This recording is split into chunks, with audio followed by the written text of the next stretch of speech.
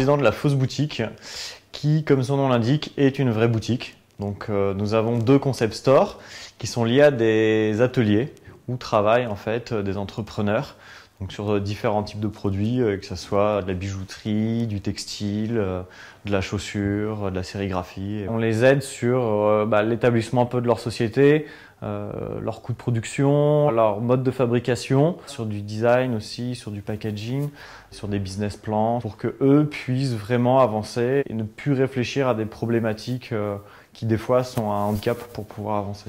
Chaque produit est soit fabriqué 100% en France, soit il est fait à la main, soit il est éco-responsable avec des arbres qui sont plantés ou de l'argent qui est donné directement à des associations humanitaires. À côté, moi je suis architecte d'intérieur et designer, donc c'est un métier complètement différent et j'avais besoin de retrouver humainement une passion à faire et du partage à donner avec des gens et des rencontres.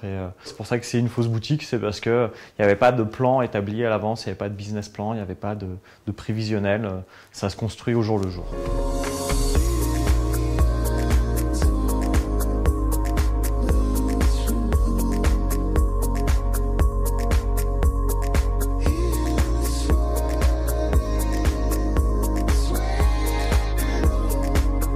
Le lien entre les boutiques physiques et les ateliers sont un lien en fait entre directement le client et le créateur.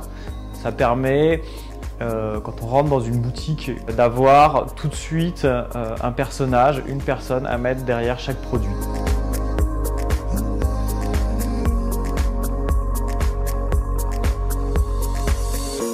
J'ai créé la marque Parce que, une marque de vêtements et accessoires principalement femmes.